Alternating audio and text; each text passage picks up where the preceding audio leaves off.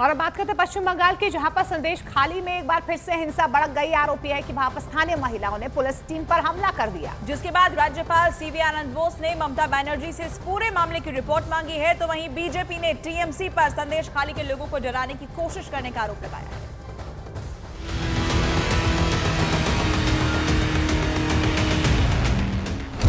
संदेश खाली में फिर शुरू हुआ संग्राम। महिला और पुलिस वालों के बीच झड़प।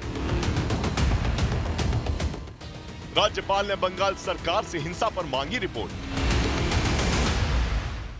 पश्चिम बंगाल के संदेश खाली से आई ये तस्वीरें हैरान करने वाली हैं।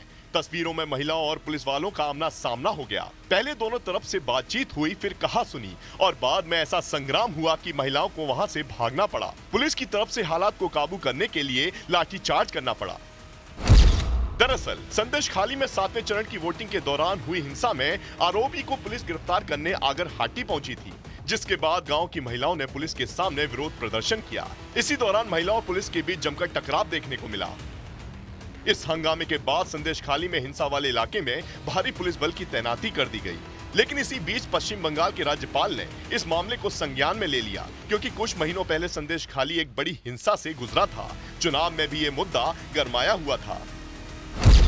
इसीलिए बंगाल के राज्यपाल ने मुख्यमंत्री ममता बनर्जी को पत्र लिखकर हस्तक्षेप करने और शांति बहाल करने को कहा। यही नहीं, राज्यपाल ने ममता बनर्जी से संदेश खाली में चुनाव के बाद हुई हिंसा को लेकर तत्काल रिपोर्ट पेश करने को भी कहा। इस बीच संदेश खाली में फिर हुई हिंसा पर बीजेपी एक्शन में आ गई।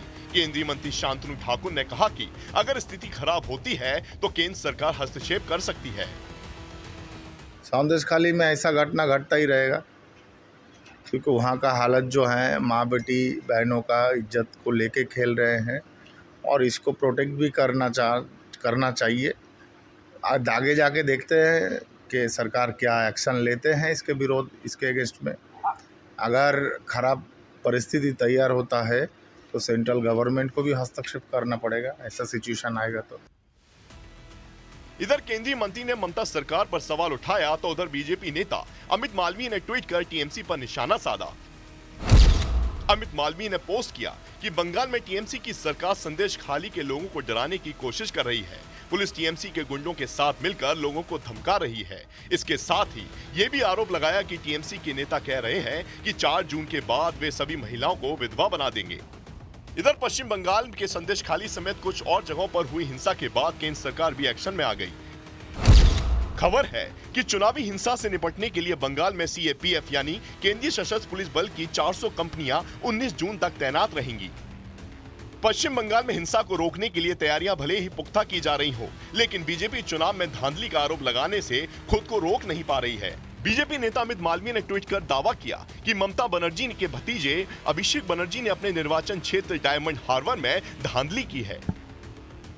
अमित मालवीय ने वीडियो ट्वीट किया जिसमें ममता बनर्जी के भतीजे के निर्वाचन क्षेत्र डायमंड हार्बर के पोलिंग बूथ पर लगे सीसीटीवी कैमरे को दिखाया। आरोप लगाया कि सीसीटीवी कैमरे में कुछ कैद नहीं हो पाता, ताकि फर्जी वोट डालने के दौरान और धांधली के बीच कुछ भी रिकॉर्ड ना हो। इसके साथ ही उन्होंने अपने दूसरे ट्वीट में एक ईवीएम की तस्वीर शेयर की, जिसमें बीजेपी उम्मीदवार के वोटिंग बटन को टेप से चिपका दिया गया है। बीजेपी के आरोपों की माने तो संदेश खाली से लेकर डायमंड हार्बर तक सब कुछ ठीक नहीं है।